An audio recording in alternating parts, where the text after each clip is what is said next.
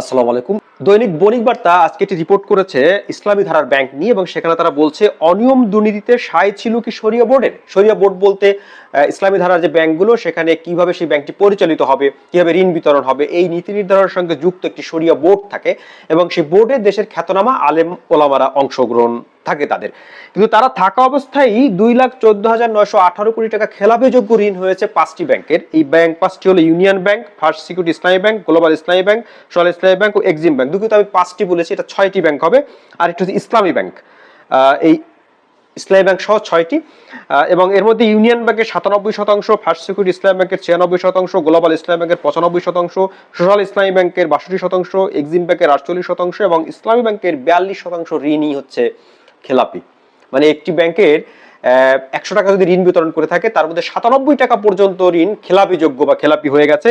ইসলামী ব্যাংকের মতন একটা গুরুত্বপূর্ণ ব্যাংক, বড় ব্যাংক, তাদের 42% ঋণ খেলাপি যোগ্য, এই প্রতিবেদনে এটা বলা হচ্ছে।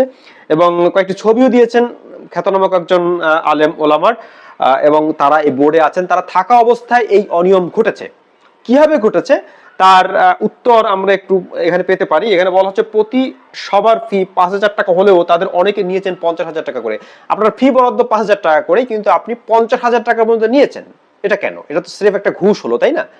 মানে আলেম ওলামারাও যদি এরকম চর্চা করেন, অনুশীলন করেন, তাহলে তো আমাদের সংখ্যাগরিষ্ঠ মুসলিমদের দেশ হিসেবে আমাদের আসলে আর যাওয়ার কোনো জায়গা থাকে না। এবং এই চিত্র খুবই হতাশাজনক যে আপনারা থাকা অবস্থায় এই ব্যাংকগুলো খেলাপিতে পরিণত হয়েছে। পরিমাণটা খেয়াল করুন, 2,14,918 কোটি টাকা, 4টি পদ্মা সেতু সমান, যদি আমরা 50,000 কোটি টাকা করে একটা পদ্মা সেতুর হিসাব ধরি। এবং কয়েকটি ব্যাংকের 97 টাকা, 96 টাকা, মানে 100 টাকার মধ্যে যে ঋণ তারা দিয়েছে সেটা খেলাপি যোগ্য বা খেলাপি। এদেশে আসলে কি ঘটছে? মানে শরিয়া বোর্ডে যারা আছেন তাদের বিরুদ্ধেই গুরুতর অভিযোগ উঠছে। খুবই দুঃখজনক। আল্লাহ পাক সবাইকে বোঝার তৌফিক দান করুন। সবাই ভালো থাকবেন, কথা হবে নতুন কোনো ভিডিওতে।